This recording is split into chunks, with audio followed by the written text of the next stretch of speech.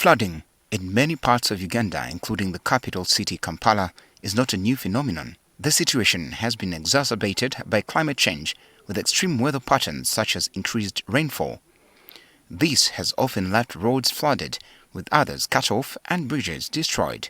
The recent heavy rains did not spare communities near water bodies like Entebbe and Gaba with the rising water levels.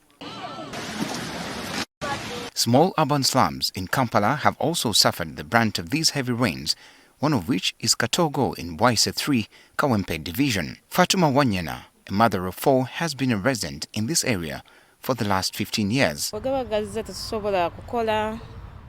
Whenever it floods, we cannot work or even leave our children in the houses. We can only cook after it has subsided. Our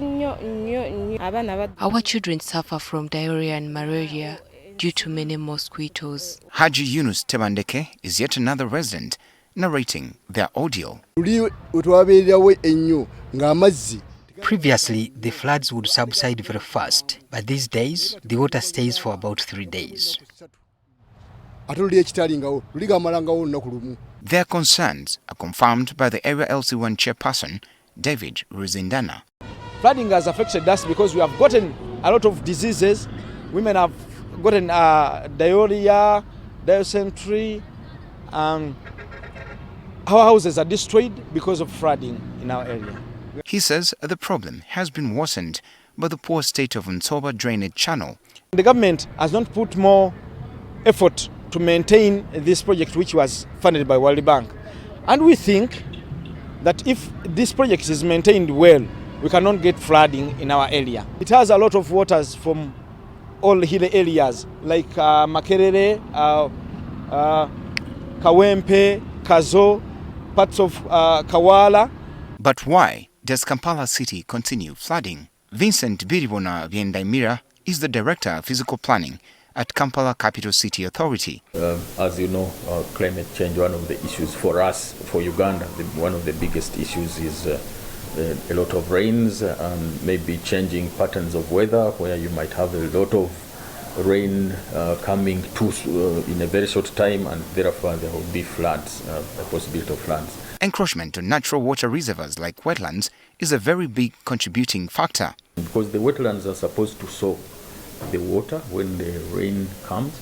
Now, if they are built in, we have constructed in them, when the rains come, the waters come, then they have no space where to. So instead, they will have serious runoffs, and floods will be the resultant factor. Wilson Awuzu, an urban development specialist working with the Ministry of Kampala and Metropolitan Affairs, cannot agree more. People are now encroaching in wetlands. We see factories coming in residential areas extending to wetlands. Clogging of drainage channels is yet another issue, as Awuzu shares. A lot of effort has been put in building drainage by the government and maintaining them, but we, the city dwellers, carelessly throw rubbish in the drainage, and these end up blocking some of the drainages. And when water doesn't find its way through the drainage that has been prepared, it will find its way in other ways, and that results into the flooding we see.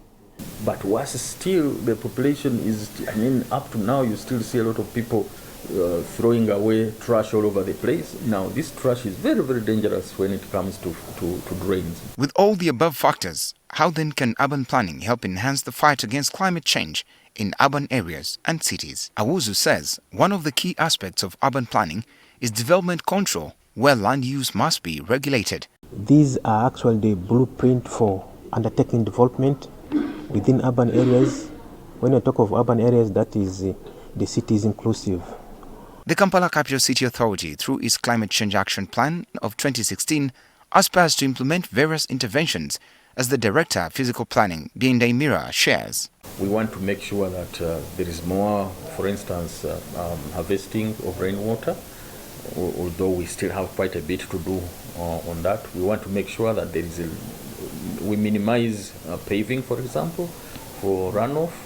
He adds that the authority is also looking at greening as another intervention. In control of floods as much as possible, especially if you have grasses and things which increase percolation. but it also helps in the heat wave, in controlling the effect of heat waves. The urban development experts are optimistic that the flooding challenge can be addressed with cooperation from all stakeholders. If we can do the right things, it is possible. Planning is being done. If those plans implemented and some of the efforts we have in place, especially of safe disposal of garbage and waste we have, it is possible. It's therefore without a doubt that sustainable urban development is a key pillar in not only addressing effects of climate change, but helping Uganda attain its aspirations of a middle-income country. Benjamin Jumbe, NTV.